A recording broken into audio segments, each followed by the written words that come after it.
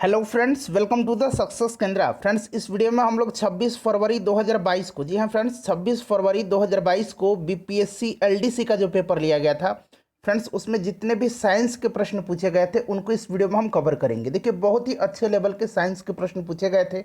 अभी सबसे लेटेस्ट जो बीपीएससी का एग्जाम हुआ है या बीपीएससी एलडीसी का ही पेपर है।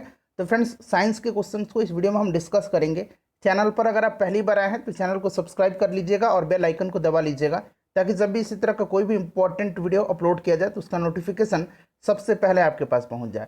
तो चलिए फ्रेंड्स, बिना देरी किए हुए आज का सेशन स्टार्ट करते हैं। फ्रेंड्स, प्लीज़ वीडियो को लाइक और शेयर जरूर कर दीजिएगा। देखिए फ्रेंड्स, कल हमने बीपीएससी ऑडिटर में जितने भी फ्रेंड्स बिहार से संबंधित यानी कि बिहार स्पेशल के प्रश्न पूछे गए थे उनको हमने डिस्कस किया था। रिसेंटली अभी बीपीएससी ऑडिटर का पेपर हुआ था। हूबहू जो 67th बीपीएससी का जो पैटर्न है और सीडीपीओ का पैटर्न है उसी पर आधारित प्रश्न पूछे जाते हैं। उसमें भी ऑप्शन ई रहता है, ठीक है। तो अगर आपने उस वीडियो को नहीं देखा है तो देख लीजिएगा, लिंक आपको डिस्क्रिप्शन बॉक्स में मिल जाएगा। और ये जो बीपीएससी का एलडीसी का पेपर है, अभी रिसेंटली बीपीएससी का जो एग्जाम हुआ है एलडीसी का, उसमें साइंस का जो प्रश्न पूछने का तरीका है आप देख लीजिए एक बार कि किस लेवल के प्रश्न पूछे गए हैं। चलिए स्टार्ट करते हैं। मैं जूम कर देता हूँ थोड़ा सा ताकि आपको स्पष्ट दिखाई दे। देखिए, पहला प्रश्न पूछा गया था कि बीज के द्वारा भविष्य में पौधा बनाने वाला भाग होता है। देखिए फ्रेंड्स, जो भी मैं आंसर बताऊंगा आयोग के द्वारा जो आंसर दिया गया है वही मैं आपको बताऊंगा। देखिए, बीज के द्वारा भविष्य में पौधा बनाने वाला भाग होता है, यानी कि the seed that contains the future plant is called. तो देखिए फ्रेंड्स, अगर आप इंटरनेट वगैरह पर सर्च करेंगे तो इसका जो आंसर दिया गया है वो भ्रूण मिलेगा, लेकिन आयोग के द्वारा जो है इसका आंसर दिया गया है बीज पत्र, ऑप्शन नंबर ए। देखिए, बीज पत्र, बीज के भ्रूण के भीतर बीज का पत्ता होता है। देखिए, बीज के अंकुरन होने पर यही बीज पत्र विकसित होकर के पौधे के पहले पत्तों का रूप धारण कर लेता है। तो option number A right answer इसका दिया गया है बीज पत्र। अगला प्रश्न है कि निम्न में से कौन से ऊर्जा खाद्य पदार्थ है। ऊर्जा खाद्य पदार्थ जो है ये इसमें से कौन सा है? तो ये कार्बोहाइड्रेट और वसा है, ये आपको भी पता होगा। उसके बाद देखिए, तीसरा प्रश्न पूछा गया था कि फफूंदियों में पोषण की विधि होती है। फफूंदियों में जो पोषण की विधि होती है वो कौन सी होती है? तो देखिए, ये है आपका स्पेरोफिटिक यानी कि मृत्युपजीवी पोषण, ऑप्शन नंबर डी इसका राइट आंसर हो जाएगा। आपको भी ये प्रश्न का आंसर पता होगा फ्रेंड्स, फफूंदी यानी कि फंगी में। चलिए आगे बढ़ते हैं, नेक्स्ट क्वेश्चन कर लेंगे फ्रेंड्स। अगला प्रश्न हमारा चौथा नंबर कि कोशिका के किस भाग में ग्लाइकोसिस की क्रिया होती है। कोशिका के किस भाग में ग्लाइकोसिस की क्रिया होती है? तो फ्रेंड्स, ये होती है कोशिका द्रव्य में, कोशिका द्रव्य में होती है। ऑप्शन नंबर ए इसका आंसर हो जाएगा। उसके बाद चलिए नेक्स्ट क्वेश्चन कर लेंगे। अगला क्वेश्चन है क्वेश्चन नंबर 5। देखिए, क्वेश्चन नंबर 5 है कि पत्तियों में उपस्थित उन छिद्रों के नाम लिखिए जिनके द्वारा श्वसन क्रिया में गैसों का आदान प्रदान होता है। तो फ्रेंड्स, ये क्या है? तो देखिए फ्रेंड्स, ये है आपका स्टोमेटा यानी कि रंध्र, ऑप्शन नंबर डी इसका राइट आंसर हो जाएगा, रंध्र। देखिए कितने अच्छे लेवल के प्रश्न पूछे गए हैं। बुक आपको पढ़ना होगा तभी आप इस प्रकार के बेसिक प्रश्न को सोल्व कर सकेंगे। देखिए, ब्रायोफाइट में होते हैं। तो देखिए फ्रेंड्स, ब्रायोफाइट में होते हैं, ये पूछा गया है। तो ये आपका इसमें से मॉस हो जाएगा और लिबरवर्ट हो जाएगा, मॉस और लिबरवर्ट। और हॉर्नवर्ट भी आप याद रखेंगे, हो सकता है कि हॉर्नवर्ट आपसे पूछा जाए। तो देखिए, हॉर्नवर्ट, लिबरवर्ट और मॉस ये जो है ब्रायोफाइटा में आते हैं। उसके बाद देखिए फ्रेंड्स, ये जो फर्न होता है ना, फर्न, ये आता है टेरिडोफाइट में। किस में आता है? टेरिडोफाइट में, याद रखेंगे, टेरिडोफाइट में। चलिए आगे बढ़ते हैं फ्रेंड्स। अगला प्रश्न करेंगे कि नारियल के फल का प्रसार होता है। बताइए, नारियल का फल का जो प्रसार होता है ये होता है रेशा मीजोकॉर्प से जो है यह डेवलप होता है। किसके द्वारा डेवलप होता है? तो रेशा मीजोकॉर्प से, ऑप्शन नंबर ए इसका राइट आंसर होगा, रेशा मीजोकॉर्प से नारियल का फल जो है डेवलप होता है। अच्छा, नारियल का जो खाने वाला भाग है यानी कि जो एडिबल पार्ट है वो आपका क्या है? एंडोस्पर्म है, यानी कि भ्रूणपोष है। ये भी आप ध्यान रखेंगे। चलिए अगला प्रश्न देखिए पूछा गया था फ्रेंड्स, वीडियो को लाइक कर दीजिएगा और इसे शेयर जरूर कर दीजिएगा। देखिए, द्विबीजपत्री तना में संवहनी बंडल होते हैं। बताइए इसका राइट आंसर क्या हो जाएगा? तो देखिए, द्विबीजपत्री तना में जो संवहनी बंडल होता है यानी कि वेसिकुलर बंडल जो होता है ये आपका होता है कौन सा? तो ये समपार्श्विक होता है, यानी कि ये आपका कोलेट्रल हो जाएगा, समपार्श्विक। चलिए नेक्स्ट क्वेश्चन करेंगे, क्वेश्चन नंबर 9। देखिए, क्वेश्चन नंबर 9 पूछा गया था कि डिटर्जेंट के निर्माण में प्रयुक्त होने वाला एंजाइम कौन सा है। तो देखिए ये जो एंजाइम है फ्रेंड्स, इसका नाम है प्रोटीज। यहाँ देखिए प्रोटीज दिया गया है, ऑप्शन नंबर ए इसका सही आंसर दिया गया है आयोग के द्वारा। उसके बाद नेक्स्ट क्वेश्चन है कि क्रॉसिंग ओवर में होता है, तो क्रॉसिंग ओवर में क्या होता है? तो देखिए फ्रेंड्स, क्रॉसिंग ओवर में जो है क्या हो जाएगा, राइट आंसर बताइए।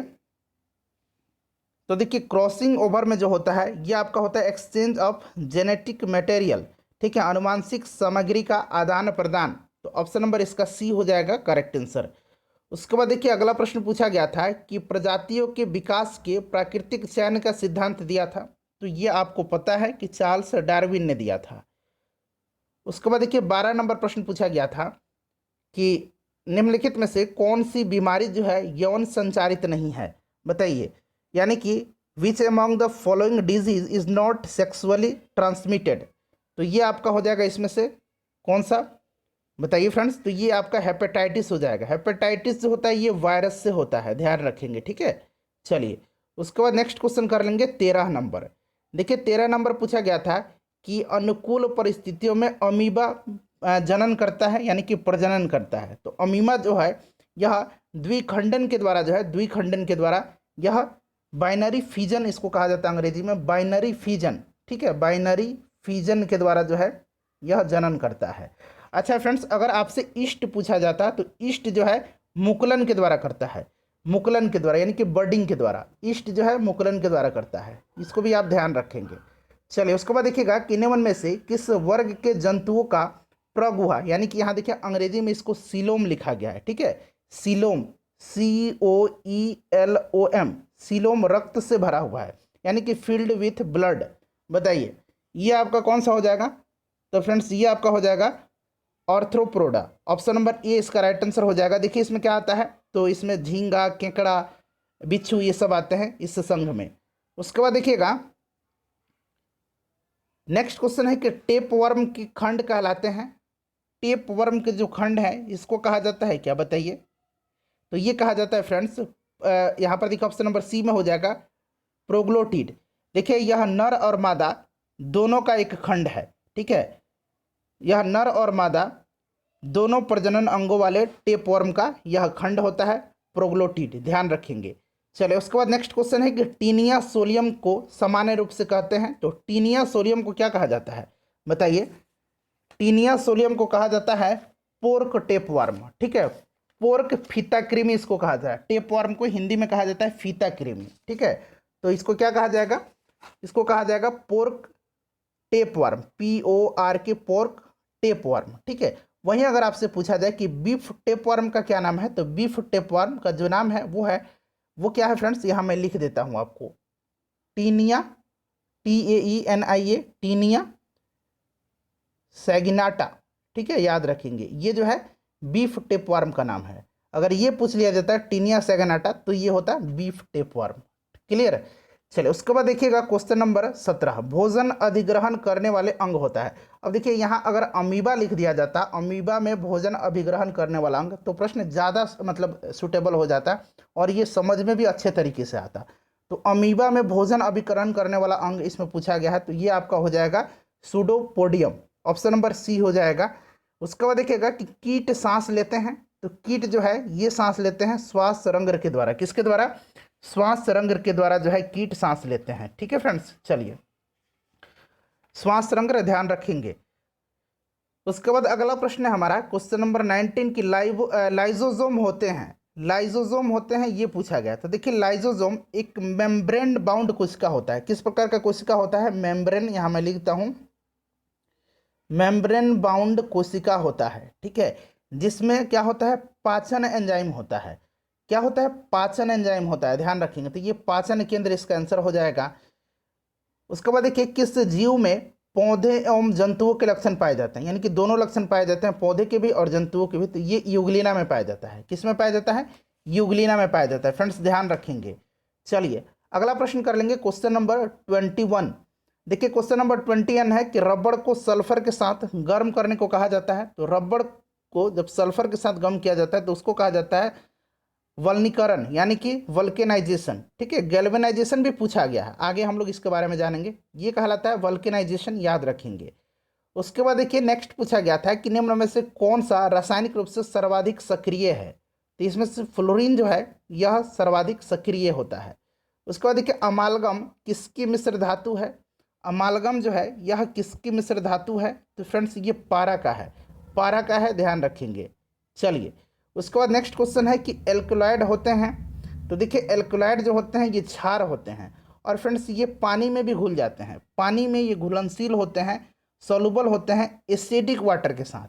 ठीक है, तो देखिए ऑप्शन नंबर डी आंसर दिया गया है। हालांकि कहीं कहीं लिखा गया है कि ये क्षार हैं जो कि पानी में घुलनशील नहीं है लेकिन अल्कोहल में घुलनशील हैं, लेकिन कहीं कहीं लिखा गया है कि ये पानी में भी घुलनशील है, बल्कि बशर्ते कि सॉल्युबल हैं ये एसिडिक वाटर में। ठीक है, अम्लीय पानी में। और कहीं कहीं डायरेक्टली लिखा गया कि पानी में भी सामान्यतः घुलनशील हैं। तो ऑप्शन नंबर डी इसका आंसर दिया गया है आयोग के द्वारा। उसके बाद देखिए 25 नंबर है कि चूने का पानी क्लोरीन से क्रिया करके बनाता है।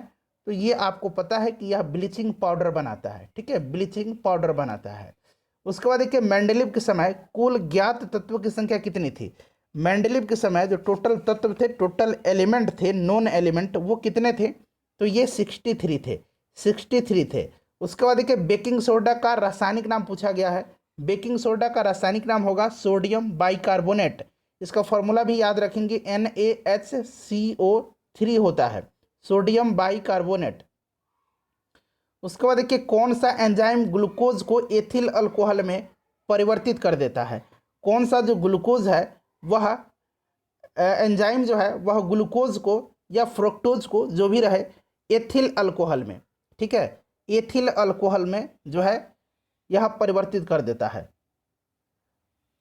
तो ये आपका है जाइमेज, ध्यान रखेंगे कौन सा है, जाइमेज है यह एंजाइम।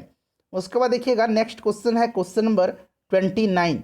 देखिए गैल्वेनाइजेशन पूछा गया है कि गैल्वेनाइजेशन होता है, तो गैल्वेनाइजेशन लोहे पर जिंक की जो परत चढ़ाई जाती है उसी को कहा जाता है। ठीक है, लोहे को जंग से बचाने के लिए। उसके बाद देखिएगा कि गैस से गुब्बारे में हाइड्रोजन की जगह हीलियम गैस भरी जाती है। गैस गुब्बारा जो होता है उसमें हाइड्रोजन की जगह हीलियम गैस भरी जाती है। पूछा जा रहा है कि इसलिए भरी जाती है क्योंकि यह, तो देखिए क्योंकि यह ज्वलनशील नहीं होती है इसीलिए भरी जाती है। उसके बाद देखिएगा कि दाब बढ़ाने से किसी पदार्थ का क्वथनांक क्या होता है। दाब जब बढ़ाएंगे तो क्वथनांक भी बढ़ जाएगा, यानी कि बढ़ता है। दाब घटेगा तो क्वथनांक घटेगा। आप इस प्रकार से याद रख सकते हैं। देखिए कि जब हम लोग ऊंचाई पर जाते हैं, जैसे कि पहाड़ पर जाते हैं, तो वहाँ क्या होता है, भोजन पकाने में प्रॉब्लम होती है। ये पढ़ा भी हम लोगों ने। क्यों होता है कि पानी कम टेम्परेचर पर ही खौलने लगता है। तो यानी कि दाब कम हुआ तो कम टेम्परेचर पर खौलने लगा, यानी कि उसका क्या हुआ, क्वथनांक घट गया। दाब बढ़ गया तो क्वथनांक भी बढ़ जाएगा। इस तरह से आप याद रखेंगे। उसके बाद देखिए खगोलीय दूरी मापने की इकाई क्या है। खगोलीय दूरी मापने की इकाई क्या है। तो फ्रेंड्स ये है आपका प्रकाश वर्ष। अच्छा, एक प्रकाश वर्ष में, एक लाइट ईयर में कितना मीटर होता है, आप जरा लिख करके बताएंगे। ठीक है, पावर का कोई प्रॉब्लम नहीं है, पावर जो होगा वो आप बगल में लिख दीजिएगा। ठीक है, जो 10 का पावर आप लिखेंगे ना उसको बगल में लिख दीजिएगा।